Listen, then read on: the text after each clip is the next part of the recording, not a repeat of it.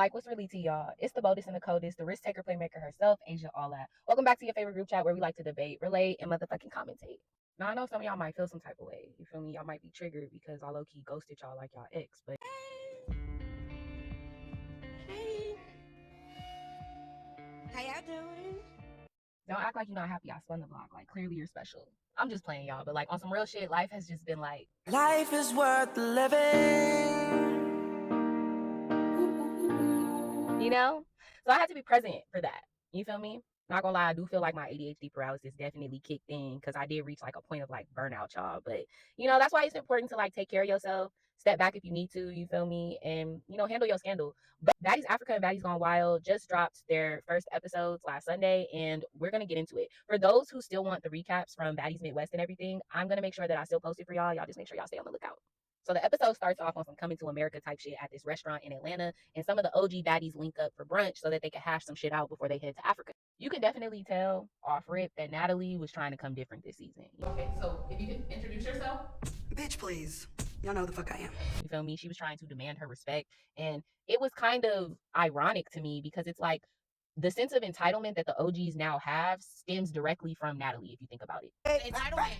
The entitlement. Yeah, I think that these girls think that they've been here so long and so many seasons, and it's just like all that shit is out the window. This whole shit was like really unserious, you feel me? Natalie jumping up under the table, bringing up Scotty's dog, having bullshit excuses and like having the nerve to project onto like Anna, calling people scary and fake. Like, it was just like, wow, the audacity. You're ducking and dodging, and we've been in You're not talking about ducking and dodging. He was running from That's what you're doing. I'm not running from shit. So they all going back and forth or whatever, and Natalie tells Anna that they got a dinner with Stunner Girl later, right? And then she tells Anna like, "Oh, you look scared." And Anna was like, "Girl, like if anybody at this table is scary, it's most definitely you." And then Natalie ran up on Anna. And then Rolly all of a sudden decided to get up and play bodyguard to her as if Scotty and Anna was gonna jump her, even though Natalie was clearly the initiator. Like, girl, boo. Fuck up, Scotty. She need to grow the fuck up. She's all of y'all need to grow the fuck up. Okay, that's the real shit. Fine, Rolly, fine. You ain't gotta fucking deny what you said, but damn. Rolly, please. All you did was sling around a little twig all season, and now all of a sudden you just know the right way. So Anna calls Diamond and tells her everything that just went down. And they basically get to plotting on Natalie. Diamond comes up with this plan to link up with the Baddies Midwest girlies at this bar so that they can discuss like forming an alliance. She even like drops the beef between her and Pretty P for the sake of, having more numbers against Natalie. We gotta strategize and we need to build an alliance because we gotta go against the boss plus her chinians, all right? Ivory was not fucking with Natalie, so she was here for the whole alliance against her, especially after that whole shit that happened between her and Stunner Girl. Say this jumping on my mama telling this. It was just y'all whack. Natalie texted me and she's like, "Where you at?" So we tell her. So she's like, I'm about to pull up. She never come, So I brush it off, bitch. Why as soon as I get to my motherfucking hotel, why Stunner Girl pull up? The bitch in the motherfucking lobby, ho. Bro, shut Stunner Girl? Yes. So the ops walk in, the big three, whatever the fuck they call themselves, and basically Dolly just attacks Ivory. And it seems like Ivory wasn't even on that for real, you feel me? Pretty P was going, like jump in or, like help out or whatever, but Big Lex was ready to be on that, and they like to jump. Summer and Diamond start going at it, and it was honestly just chaos. I don't know why Bad Dolly thought that it was just gonna be like a one and done situation when it came to her and Ivory. Like, girl, know your enemy. That first round, I feel like they was going toe to toe. You feel me? It was really hard to tell who won. Y'all can let me know in the comments who y'all feel like won that first round. But second round, Nah, Dolly, you lost. in the midst of all the drama, Summer decided to make a really disgusting and ignorant ass comment in reference to Emmett Till that Zeus has actually gotten a lot of backlash for. And as a black woman, I'm not gonna lie, I was disappointed in them for even airing some shit like that. But it did expose, like some ignorance for sure that I feel like people kind of need to be aware of, when watching the show, especially the younger viewers who are being influenced by this type of shit. Emmett Till was literally a catalyst for the civil rights movement. And if you don't know who he is, especially as a black person, I highly suggest that you do your research. In fact, I'll be sure to include a link in the description that I highly recommend y'all check out at your own convenience. What Summer doesn't realize is that when she made that comment, she was low-key dissing herself. So like, on the dead homies, don't ever do no shit like that again.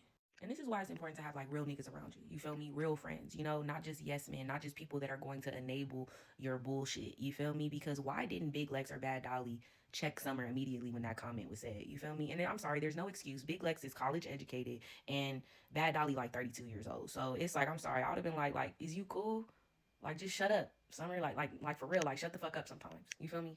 Y'all can say what y'all want in the comments, but you know how I know Bad Dolly was losing that second round? Because Summer tried to jump in. Luckily, Diamond was there to, you feel me, nip that shit in the bud, though.